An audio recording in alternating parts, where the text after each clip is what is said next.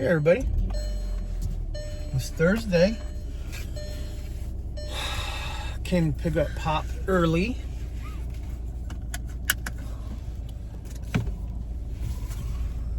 And we're gonna go get him a cheap pizza. One of those Little Caesars hot and ready's, even though they're not hot and ready anymore, I don't think. But did a little bit Ubering this morning. I woke up hungover, but I got out there nice and early. And I get an iced tea, like a unsweetened tea and a black coffee at McDonald's, and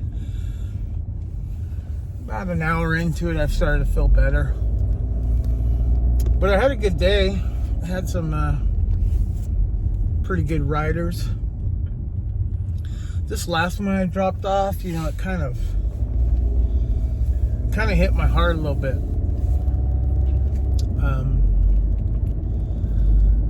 Old man, his name's Bob. Picked him up from a retirement home. It's one of those fairly nice ones, He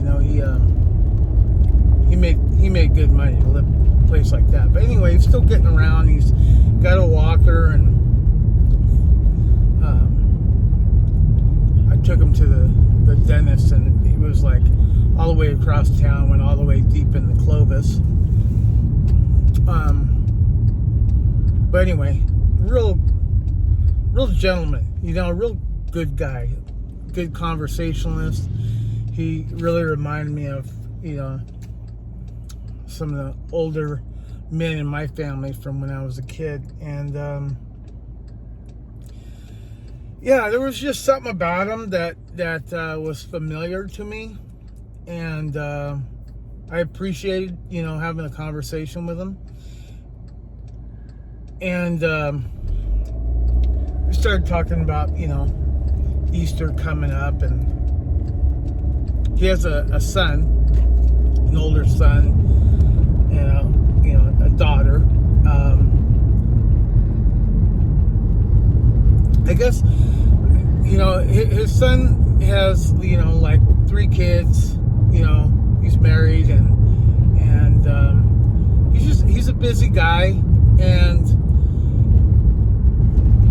his son and son's family don't really reach out to him a lot. He tries to meet up with grandkids once a month. He likes to, get picked up and takes them to go eat somewhere nice. But he hasn't seen his son since Christmas, and here we are in April. And he doesn't really know if he's going to spend Easter with them or not. But his daughter, the younger one, lives up in Mariposa, and they're going to celebrate, I guess, because the Sierra School District, they're out the week after Easter. So he's going to at least celebrate with them, a weekend later.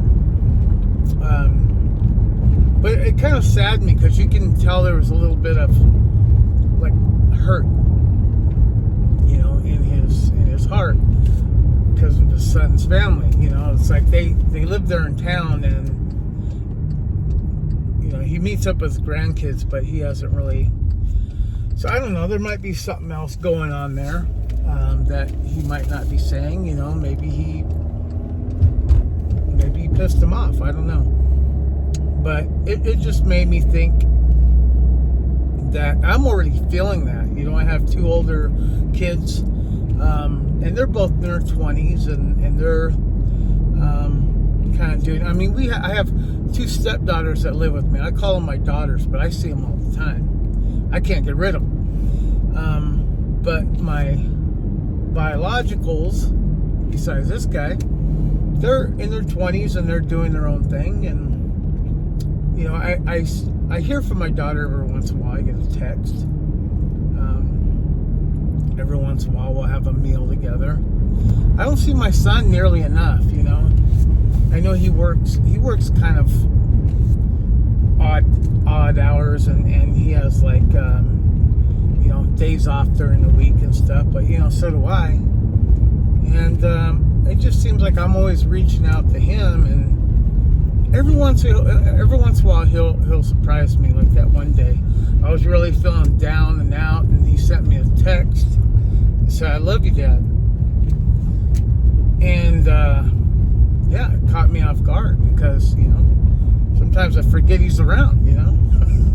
I know I'm the parent. I should reach out more, but I don't like to bug my kids, you know. I don't want it to get to the point where I kind of want them to miss me and they come to me on their terms, you know. But then, you know, I giving Bob a ride and seeing, like, I felt his pain. And, man, it saddened me. But I love writers like that. You know, he's a good conversationalist. He was very polite. You know, he asked me questions without trying to pry. And he just seemed like a really good dude, you know. He kind of reminded me of, like, my grandfather or my great uncle. And I got, like built up emotion just giving them a ride. Anyway, just having a conversation with them is what I'm trying to say. But okay, guys, we're gonna stop at Little Caesars. I'm gonna get my guy something to eat and talk to you in a little bit.